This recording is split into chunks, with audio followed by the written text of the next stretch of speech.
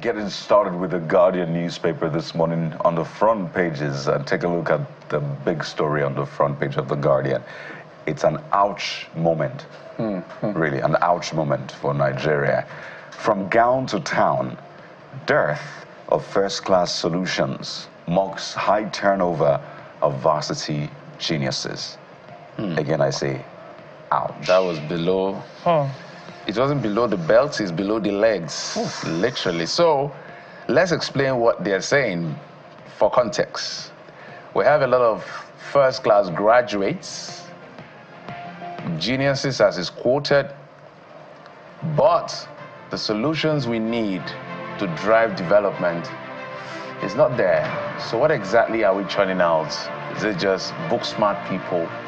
Half-baked graduates. Half-baked graduates. What exactly? Or we're just, people are going to school for courses that are not relevant to the Nigerian system. So those are the things, when I did the data big management system, the entities, those are the entities you will enter to find out exactly where it is missing. That's why this just reminds me, guys, yesterday of the conversation we had with the Commissioner for Innovation, Science and Tech in Lagos, who talked about how Lagos is trying to solve this problem by making sure that as you're leaving school, there's a job waiting for you. So there's a demand and supply within the value chain.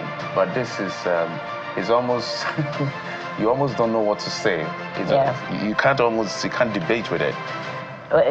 We must also, take a deep dive into the story. You'll find it, by the way, on pages 4 and 5 of the Guardian newspaper to see, if it is data-driven, just how far-reaching is this dearth of first-class solution affecting universities across Nigeria? Is it just federal universities where we're having an increasing low number of first-class graduates? Or is it across board, either federal universities, state universities, colleges of education? But nonetheless, it's a worrying situation. And this speaks to the intervention of the Ministry of Education, about how we need to ensure that, the curriculum is skill-driven rather than, just, the archaic, ancient, theoretical approach to learning. Because increasingly, the economy globally is driven by knowledge, what we call the knowledge-based economy. So it's a worrying development. I also recall our conversation with the Commissioner for Innovation, Science and Technology in Lagos yesterday, where he talked about sort of a handshake between, institutions and, the government in terms of innovation, where they're building solutions, technological solutions to problems, within the economy. So that tells me that already there is motivation for those who are in school, to be innovative in learning and developing, inputs, technological equipment that the economy requires to thrive. And then there's already, headhunting going on. So they don't have to wait 5 years looking for jobs. As they're graduating, they're already being picked up. So it's a return of the old system where our fathers went to school and they were headhunted and employed right from universities. So, but it's a good intervention by the Guardian this morning, and we all should get empowered with what the story, the implications of this story. I think we should go to the blueprint. After 120 billion naira revenue loss, FG moves against private jet owners. The ministers had their ministerial briefings, their usual briefings yesterday. Minister of Aviation and Aerospace Development, Festus Keyamo, said illegalities perpetrated for 50 years. Tinubu committed to quality education for all Nigerians. That's Tunji Alausa.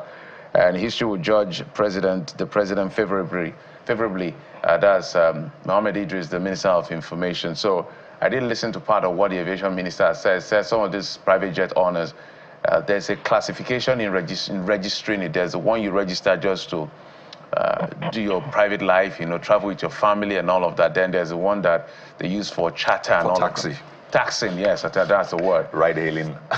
So a lot of the people who do the air hailing now, right? the taxing, will go and register like that, just using it for their private life. And Nigeria lost about 120 billion in about, I think, a couple of years, about 10 years or so. So he said, no, it's not going to work. So when he went trying to go after them, according to him, they said the big men will go after you. He said, no problem. I was a prosecutor for the EFCC. I'm used to this. So bring it on. Bring it on. You know what's quite interesting? How people are the same across different strata. So for maybe middle class or lower class, when you have a vehicle and you're trying to make ends meet, right? What you're going to work, you just turn that vehicle to a commercial taxi. That's why you see some private, mini buses or cars parked at the bus stop, and then you say, oh yeah, Island, 500, right? That's what people do that have their car. So private jet owners, maybe they transition from that level up until... So they're like, wait, I did this when I had a car, right? And I have a private jet. Hey, let me make money. Air transport is another kettle of fish entirely. So people are almost the same. With many implications. Yeah, Whatever intervention. I understand where guys is coming from. More like yeah. the attitude is the same. Well, in fact, if we start using private train now, some people have private train and they start using private train for more lower services. It's just amazing. But those are the big stories on the front page.